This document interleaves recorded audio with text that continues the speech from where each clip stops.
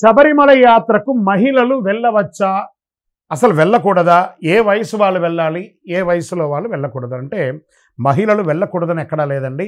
12 సంవత్సరాలు ఉన్న లోపు ఉన్నటువంటి కన్యాస్త్రీలు బాలికలు వెళ్ళొచ్చు, 55 సంవత్సరాల పైచిలకు వాళ్ళు వెళ్ళొచ్చు.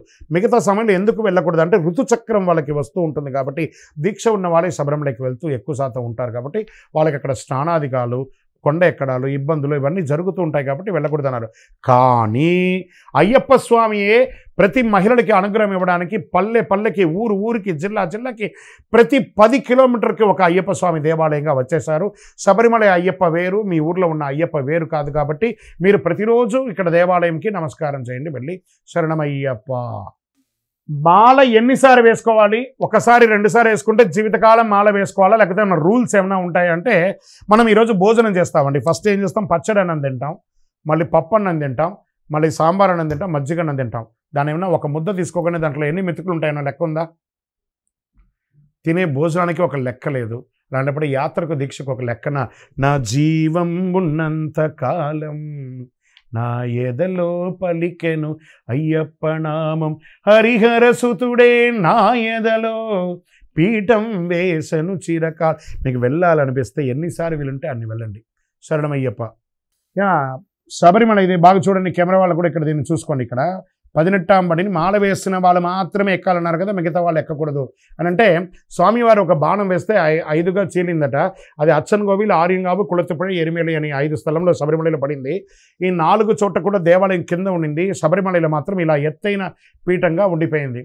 ఈ ఎత్తైన చిన్న పిల్లవాడు 12 ఏళ్ల పసిబాలుడు స్వామివారి చిన్ముద్ర రూపంలో శ్రీచక్ర యోగపీఠం మీద ఆయన కూర్చోవాలి అని అనుకున్నప్పుడు, ఎలా ఎక్కాలనుకున్నప్పుడు 18 మంది దేవతలు మహిషి అనే రాక్షసిని సంహరించిన కృతజ్ఞతతో ఒకరిపై ఒకరు మెట్ల వల్లే పరుండి, స్వామి లోకరక్షక, మీ చిన్నారి పాదాన్ని మాపై మోపి ఈ యొక్క యోగపీఠాన్ని అధిష్ఠించని చెప్పగానే స్వామివారు ఒక్కొక్క మెట్టు ఎక్కి 18వ పడికి ఎక్కారు. ఈ 18వ పడి మీదకి ఎక్కగానే ఈ దేవతలందరూ ఏమంటున్నారు, స్వామి లోకరక్షకుడైనటువంటి వారు మీరు మాపై కాలు మోపారు, మరి ఈ రోజు నుంచి మిమ్మల్ని దర్శనానికి వచ్చినటువంటి సామాన్య ప్రజలు కూడా దీని మీద కదా మనం మోపాలి, మీరు వాళ్ళు ఒకటేనా అంటే కాదన్నారు. మరి ఎలా చేయాలయ్యా?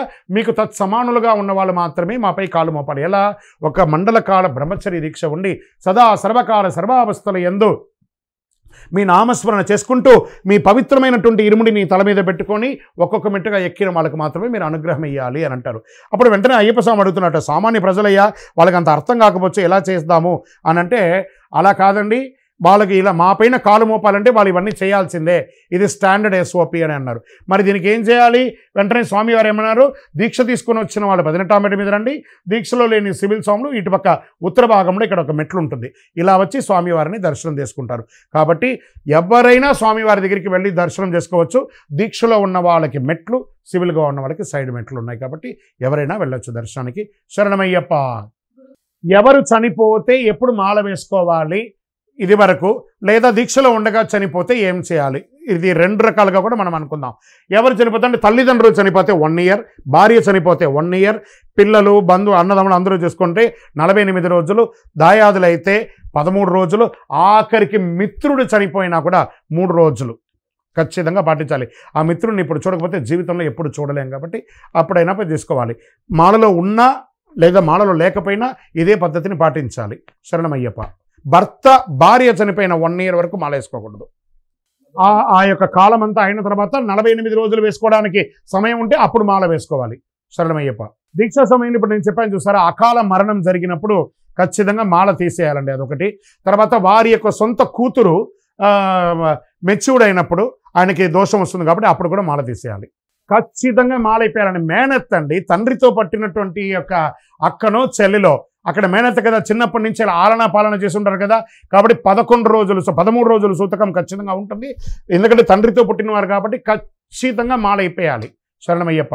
స్వామి అయ్యప్ప దీక్షలో నల్ల వస్త్రమే ఎందుకు తీసుకోవాలి అని అంటే, నలుపు, ఎరుపు, తెలుపు, కావి వస్త్రము ధరించి అయ్యా నీ ఉండే హృదయములో సంచలమే లేదు. అన్ని వస్త్రాలు ధరించవచ్చు, ఇదే ధరించాలి అదే ధరించాలని లేదు.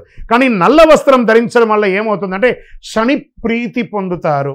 స్వామివారికి ఇంకొకటి కూడా ఉంది, నీల వస్త్రధారియే శరణం అయ్యప్ప. అన్ని వస్త్రాలు ధరించారు. శబరిమలలో పూజ చేసే పూజారులు అందరూ తెల్ల వస్త్రాలు ధరిస్తుంటారు.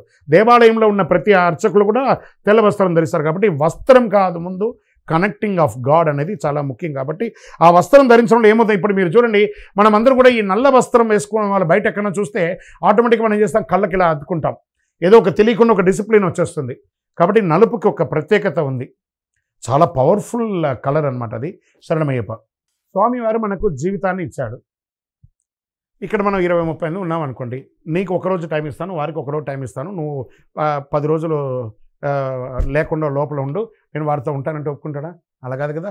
పుట్టినప్పటి నుంచి మనం మరణించేందుకు లబ్ కొట్టుకుంటుంది.